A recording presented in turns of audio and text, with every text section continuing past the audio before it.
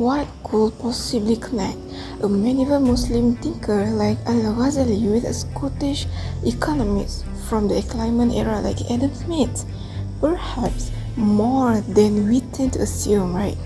As we explore the foundations of fair and ethical economic systems, the ideas of both Al-Ghazali and Smith offer powerful insights.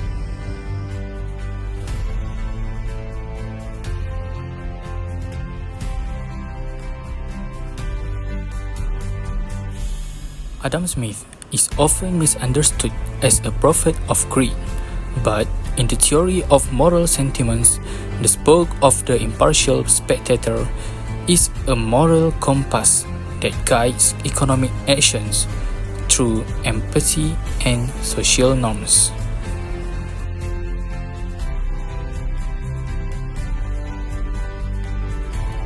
In their view, Ibn Khaldun and Al-Ghazali related the concept of morality to every economic step. To them, the act of trade is an act of worship and is ruled by trust, honesty, and accountability to God.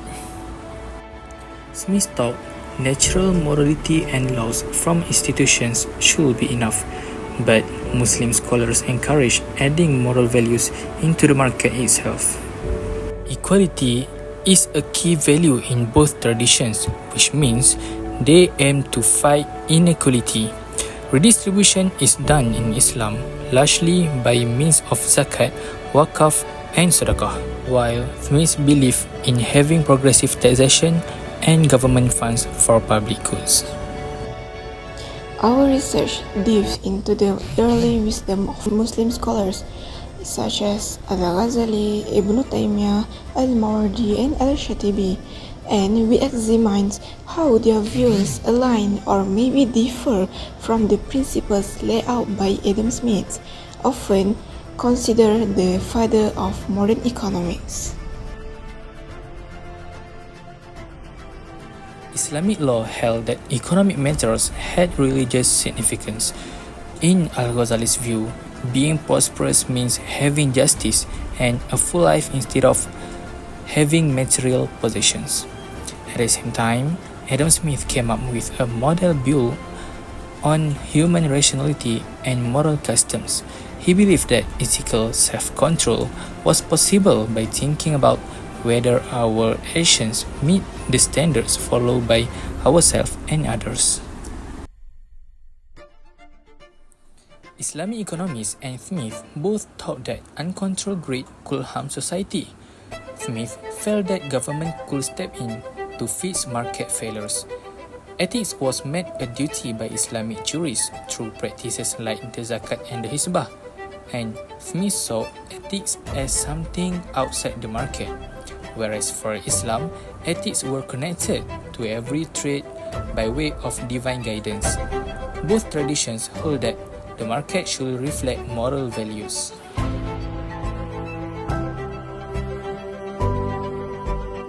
No poverty, fairness at work, and less inequality are all values shared by Adam Smith's view, Islamic economists, and the Sustainable Development Goals.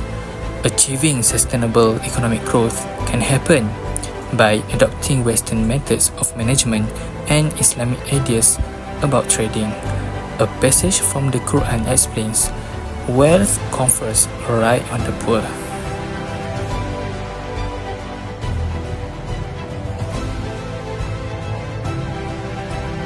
The wealth of a community belongs to Allah, and it should be shared by all, said by al-Mawardi. And no society can be flourishing and happy of which the greater part are poor and miserable, said by Adam Smith. Early Muslim scholars like Ibn Taymiyyah emphasized that economic activity must serve the community, not just the individual. Profit is not wrong, but exploitation is.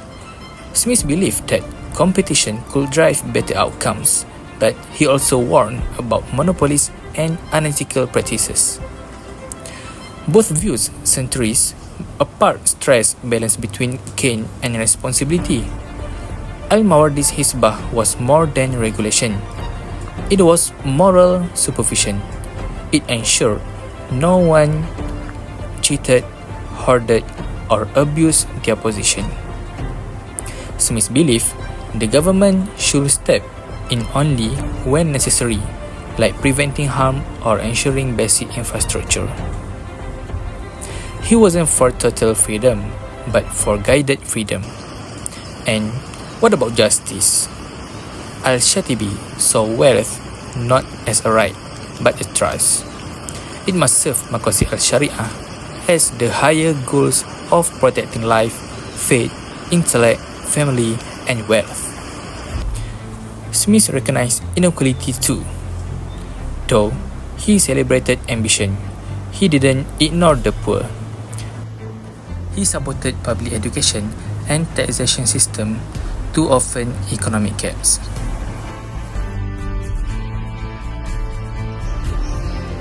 Adam Smith thought that self-interest, when left alone, would work in everyone's best interest.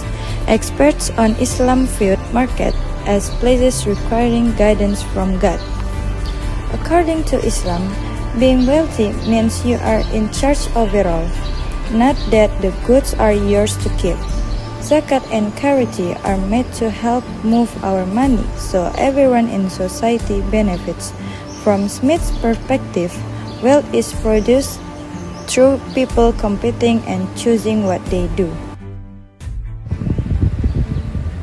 According to al-Muamalat, ensuring justice and preventing fraud was done by setting up the Hizbah. According to Smith, government's duties are to maintain justice, ensure the availability of public benefits. So, we learn that Islamic economics is deeply ethical and it's about more than money. And for Smith, it wasn't just about profit, he also valued fairness and justice too. So, now we understand that both traditions want the same thing and it's all about economy.